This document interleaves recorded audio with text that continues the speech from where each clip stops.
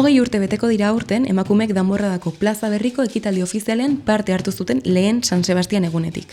Urte luzez Gaztelubide izan da Donostiako bandera igoeraren ikur nagusia.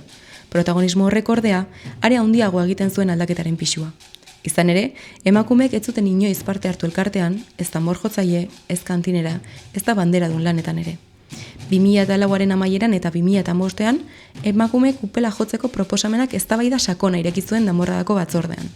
Testuinguru horretan, Odone Elorza-alkateak bilera zuzena izan zuen Gaztelubideko lehendakariarekin emakumeen parte hartzea onartzeko eskatzeko. Esaten dutenez, elkarteari plaza berriko ekitaldi ofiziala kentzearekin ere mehatxatu zuen alkateak, aldaketarik egongo ez balego, eta mehatxu horrek prozesua bizkortu zuen.